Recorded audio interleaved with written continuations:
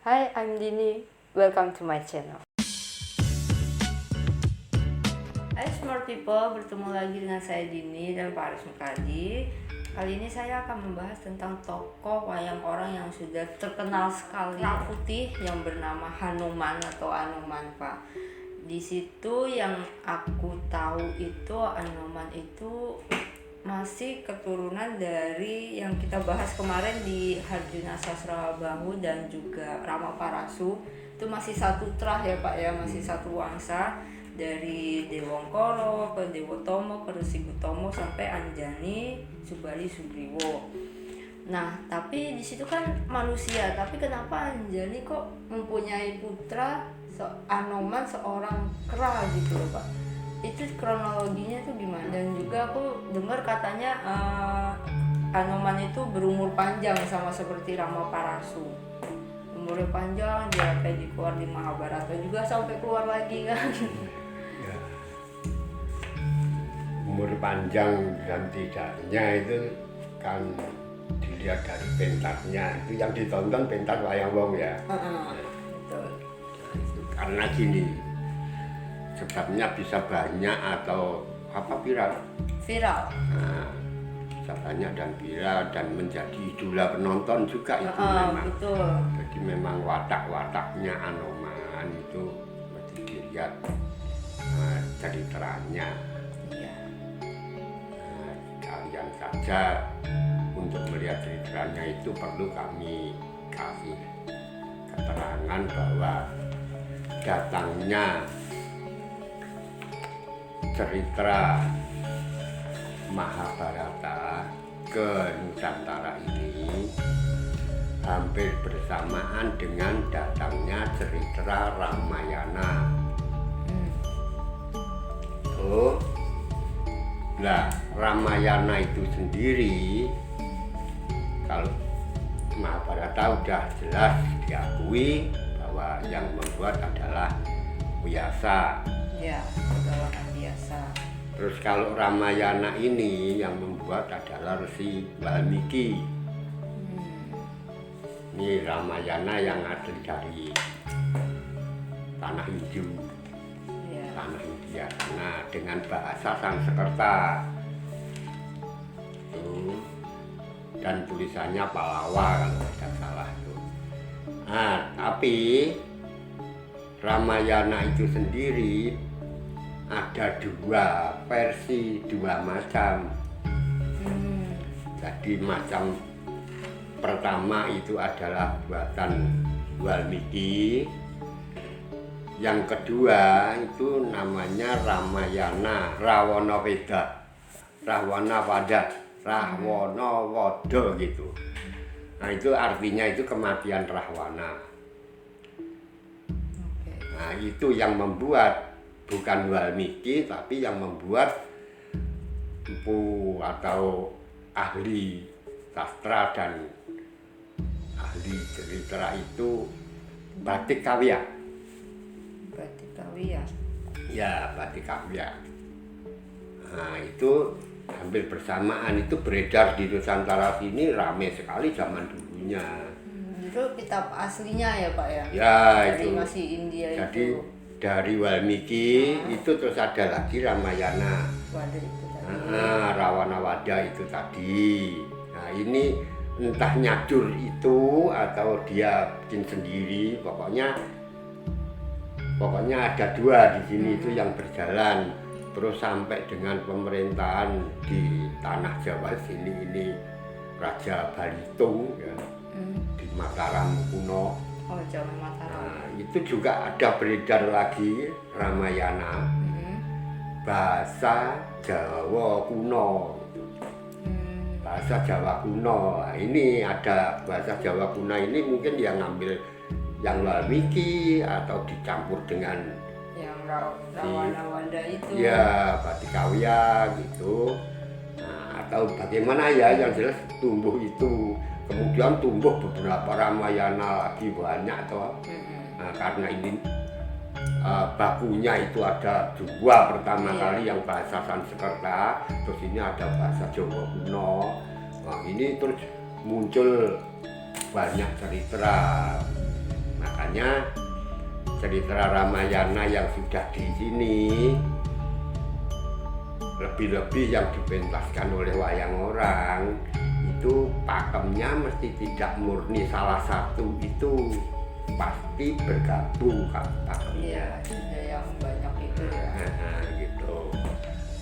Ini mengenai tokohnya ya. Iya.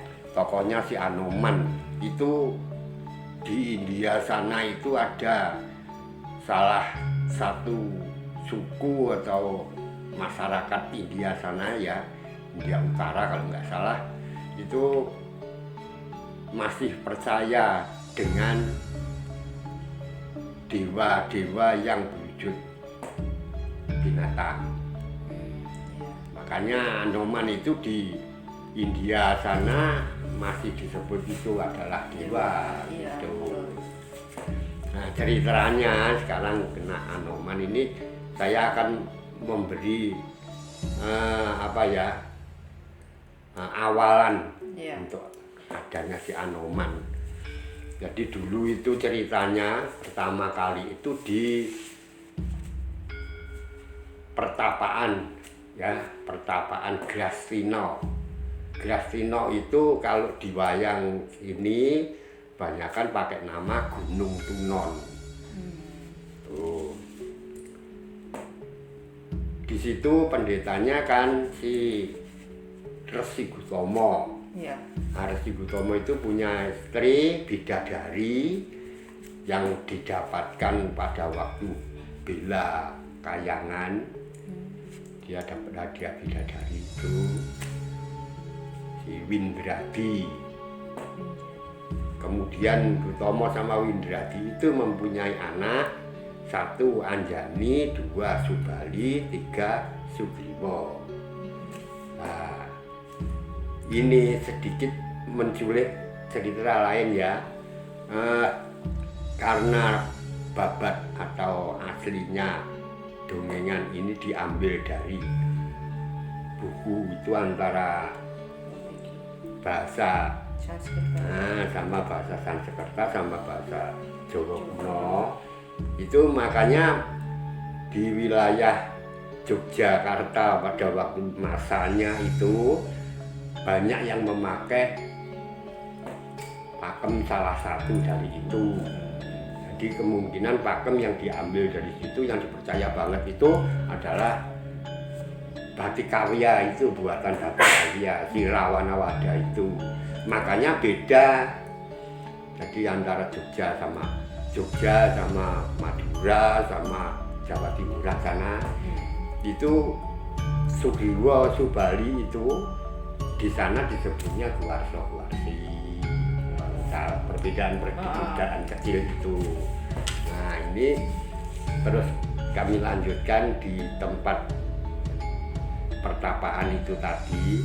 Pertapaan itu tadi ada waktu itu lagi kisruh hatinya penghuni pertapaan situ karena si Dewi Anjani ini mempunyai mainan gitulah, maksudnya mainan tapi sebenarnya pusaka. Nah, itu namanya Cupu Manik Astagina. Cupu itu ada ya, Manik ya ini tidak tahu ini dari kita sendiri atau dari zaman sananya. Cupu itu wadah, Manik itu teleng atau inti, Hasto itu 8, Guno itu ngilmu.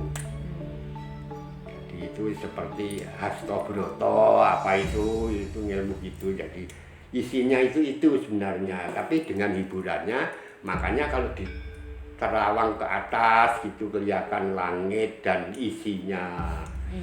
Di terawang ke bumi itu bisa nampak apa yang ada di bumi dan di dalam buminya sendiri. Terus di terawang kemana saja di lautan juga begitu. Nah, dan itu sesuai dengan mata angin. Mata angin itu dulu ada yang menjaga atau ada dewanya dari Bathara Brahma sampai ini semua jadi dewa dari daerah sana gitu. Itu Cupu Manik itu punya 1, ini si Sugriwa sama Subali iri, ingin mempunyai, ingin pinjem nggak bisa, ingin mempunyai nggak bisa. Soalnya si Anjani ini sangat ketat menyimpan rahasia, nggak boleh dikatakan ini dari siapa. Oh itu mah miliknya Anjani ya, bukan Resi Iya Kertomo. itu miliknya Anjani. Nah, Anjani makanya ini begitu ini ribut soal itu, Sugriwa Subali ini merasa bahwa ayahnya kok tidak adil gitu, yang kasih mainan bagus sih Anjani, dia tidak minta. Ayahnya ditanya bingung, aku nggak merasa ngasih. Coba si Anjani ditanya Anjani, ini apa? Dari siapa? Nggak berani ngomong, tapi terus akhirnya ditakut-takuti loh. Kamu kalau bawa barang-barang yang tidak semestinya dan kamu rahasiakan, itu akan menyimpan dosa. Nah, terus akhirnya dikatakan bahwa dari ibu Dewi Windradi, panggil Windradinya. Ya, ini cupu udah di tangan si Resi Gotomo, sudah tahu isinya dan tahu khasiatnya lah. Tanya si Windradi, ini dari siapa? Cupu ini, terus Windradi juga menyimpan rahasia karena itu pemberian Bathara Surya ceritanya. Pemberian Bathara Surya, Windradi kan widodari. Iya. Nah, Windradi itu dari Indra, dari wilayahnya, kahyangannya Indra. Tuh. Nah ini dekat sekali dengan Surya, ya. Terus Windradi dikasih itu, tapi tidak berani mengatakan, dan Surya sudah berpesan jangan sampai diketahui orang. Windradi tidak berani ngomong, ditanya. Nah, lama-lama Gotomo kan, kamu saya tanya 3 kali pertanyaan, diajak ngomong nggak mau menjawab, ditanya tidak mau menjawab, sampai 3 kali saya bertanya kamu diem saja. Kok rasanya saya seperti ngomongan sama Tugu. Keluar shotnya itu terus bener-bener si Windradi jadi Tugu. Tugu, ya sudah, maksudnya si ini tadi sudah menyesal dan marahnya sudah kendor, ini diruatlah, terserah dewa-dewa bagaimana mengembalikannya. Tubuhnya diangkat, buang, jatuh di wilayah Alengka. Oke. Ya. Iya. Nah ini cupunya. Ini masih ngeyel, 3-tiganya masih ingin. Kamu ingin memiliki yang bukan semestinya. Ya udah, ini tak buang saja. Siapa nanti yang diizinkan untuk memiliki ya sana buang. Dilempar juga. Tutup sama anunya, buka. Tempatnya terbuka gitu. Tutupnya sama wadahnya itu terbuka. Yang satu wadahnya itu jatuh di wilayah Alengka juga, sudah masuk wilayah Alengka, menjadi telaga Nirmala namanya. Setelah orang-orang menamakan itu Nirmala. Terus yang satu jatuh menjadi telaga, dinamakan Madirda. Nah itu jatuh menjadi Madirda apa jatuh di telaga Madirda nggak tahu. Karena saya pernah membuat cerita bahwa telaga Madirda itu adalah hasil karya si Romo Parasu. Waktu disuruh dewa menenteramkan itu, musuhnya dipanah jadi telaga. Nah itu jadi ada itu kan kalangan juga gitu. Nah setelah ini dilempar, anak-anaknya pada lari, saling mendahului, Akhirnya sampai ketemu di Telaga Madirda. Telaga Madirda. Ketemu di situ, Sugriwa Subali masuk. Dibuka oleh dewa. Ini loh salahanmu. Jadi kalau kamu menghendaki hal yang bukan semestinya dan lain sebagainya ya, ini berwujud kera. Dua-duanya, dua sekali berwujud kera. Nah, awalnya mesti saling curiga, orang ini kok ketemu kera, ini kok ketemu kera. Akhirnya dua-duanya sadar bahwa ini kera dan berbicara kaunya si Sugriwa Subali. Nangis pulang. Anjani yang masuk ke wilayah itu juga merasa panas sekali, cuci muka. Di telaga itu juga Cuci muka, maka mukanya jadi bentuk wanoro, kera. kera. Sama tangannya dan kakinya. Tapi badannya masih utuh. Masih utuh. Nah, setelah begitu kebetulan datangnya si Sugriwa Subali itu, dia bertemu, saling kaget kan, ternyata semua kena welaing dewa, kena kutukan dewa. Terus nangis pulang ke rumah. Terus si Gotama bilang, ya itu nasibmu kan. Nah, sekarang kamu tinggal mencari jalan untuk menebus dosamu sama minta berkahnya dewa agar kamu bisa pulih, dibuat gitu, bisa pulih kembali manusia. Nah, caranya Anjani disuruh bertapa di Sendang. Nah, dengan nyantoko, seperti katak Iya. gitu. Jadi dia berendam terus di air gitu. Oh iya. Nah, terus Sugriwa mesti bertapa dengan cara ngidang, seperti sifat kijang. Nah, dia seperti sifat kijang. Tapi di situ juga bertapa itu masih harus menjalani dharmanya dia sebagai satria. Ya tahu, makanya bertapa sama semedi itu bedanya di situ. Kalau bersemedi itu sudah tidak bergerak jasmaninya atau apa. Nah, kalau bertapa itu masih topo broto, masih bisa melakukan kegiatannya. Subali disuruh bertapa di Sunyapringga ceritanya, suruh bertapa nyalong, kayak kalong gitu, kampret. Kayak kalong gitu. Jadi nah itu juga semedi sambil bertapa, semedi memohon berkah dari dewanya, bertapa itu untuk melakukan dharmanya. Jadi semua itu agar mendapat berkahnya, bisa pulih menjadi manusia dan dia tetap berbakti dengan kewajibannya. Nah, itu tiganya di situ. Nah, ini sudah sampai bertahun-tahun itu.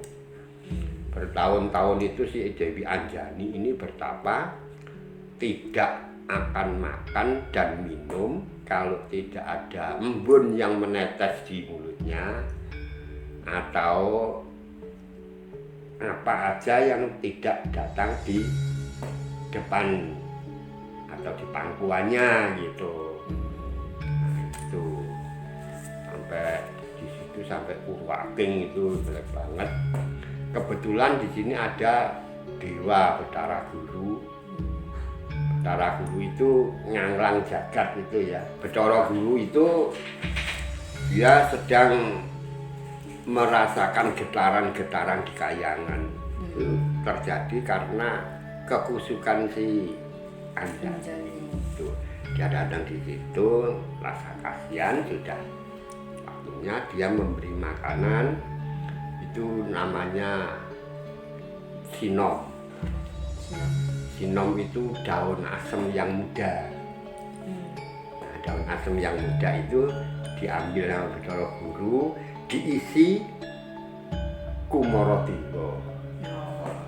dirapal Kumaradewa, taruh di situ, dimakan.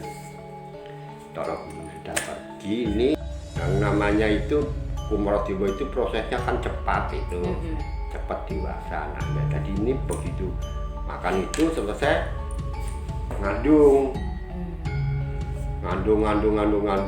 datangnya abdinya dua itu si Jembawan dan Wendo itu pamannya. Nah itu kan juga melihat ini tokoh di sana ini yang mengoreksi itu terus mengontrol. Tahu di situ ada kejadian begitu dibawa pulang sampai pada masanya Anjani sudah tidak tahan itu. Betara Guru perintah sama bidadari tolong itu mau melahirkan dan saya akan memberi maaf semua dosa-dosanya dan saya akan meruat. Bener bidadari datang jadi bidan di situ. Oh ngurusin lahir kera putih itu dinamakan di situ juga bisa dinamakan kalau yang buatan Jawa itu dinamakan oleh Betara Guru. Tapi di situ karena dia tahu tadi makannya daun sinom, maka si anaknya itu diberi nama Anoman. Oh, iya. Pada waktu lahir jabang bayi itu bidan-bidan bidadari ngurusi bayinya juga. Ini juga sudah pulih wajahnya. Oh, udah kembali lagi. Boleh cantik lagi. Terus anaknya diambil sehat, tidak ada apa-apa. Terus pesan dari dewa bahwa si Anjani disuruh hidup di kayangan sebagai bidadari. Anaknya dibawa ke kayangan. Terus ini si Jembawan Janur Wendo diperintah sama Utama kasih tahu itu saudara-saudaranya.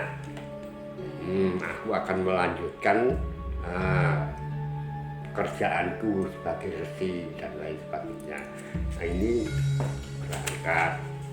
Ceritanya ini dilaporkan yang ini menepi kewajiban. Terus di kayangan itu Dewa Guru sama para dewa datangnya si Anjani bawa bayinya itu kalau belum dinamakan di situ oleh Betara Guru dinamakan Anoman itu tuh. Terus nanti ada sebutannya banyak lainnya.